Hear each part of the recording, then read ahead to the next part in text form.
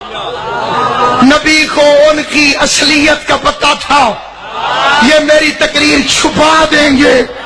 نبی نے 8 گھنٹے لیٹ کروا کے رات غدیر میں سلا دیا۔ اگلے دن ہر بندہ اپنے اپنے گھر لیٹ پہنچا۔ ہر کسی سے گھر والوں نے پوچھا کہاں رہ گئے تھے، مجبوراً بتانا پڑا علی کی ولایت کا اعلان ہوا۔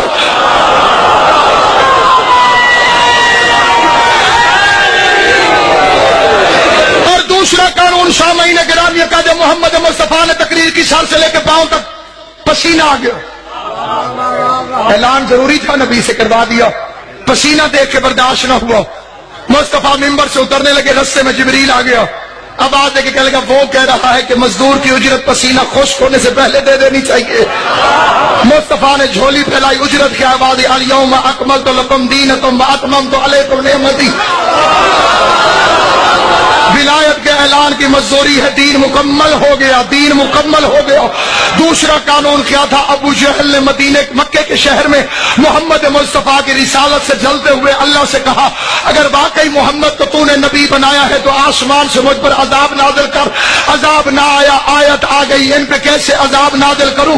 وانت فیہم، میرے حبیب ان میں تو رہتا ہے۔ قانون بن گیا، جہاں محمد ہوگا وہاں رحمت ہوگی، جہاں مصطفیٰ ہوگا وہاں عذاب نہیں آئے گا، جہاں مصطفیٰ ہوگا وہاں عذاب نہیں آئے گا۔ بندے نے کہا تھا محمد اگر اللہ کے نبی ہے، اے خدا تو نے نبی بنایا ہے تو عذاب بھیج۔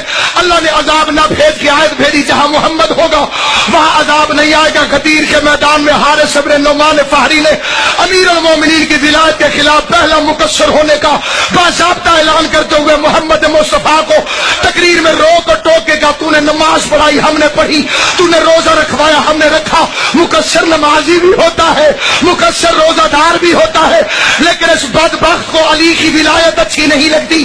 کہنے لگا اب جو تو نے علی کو ولی بنایا اب من کا من اللہ تعالی، تیری طرف سے ہے کہ خدا کی طرف سے کہ اللہ کی طرف سے؟ اس بے غیرت نے اپنے دونوں ہاتھ اٹھائے آسمان کو دیکھ کے کہتے یا اللہ اگر محمد سچے ہیں، علی کو تو نے ولی بنایا ہے تو آسمان سے مجھ پر عذاب ہے۔ بے غیرت سمجھ رہا تھا چونکہ محمد کھڑا ہے عذاب نہیں آئے گا۔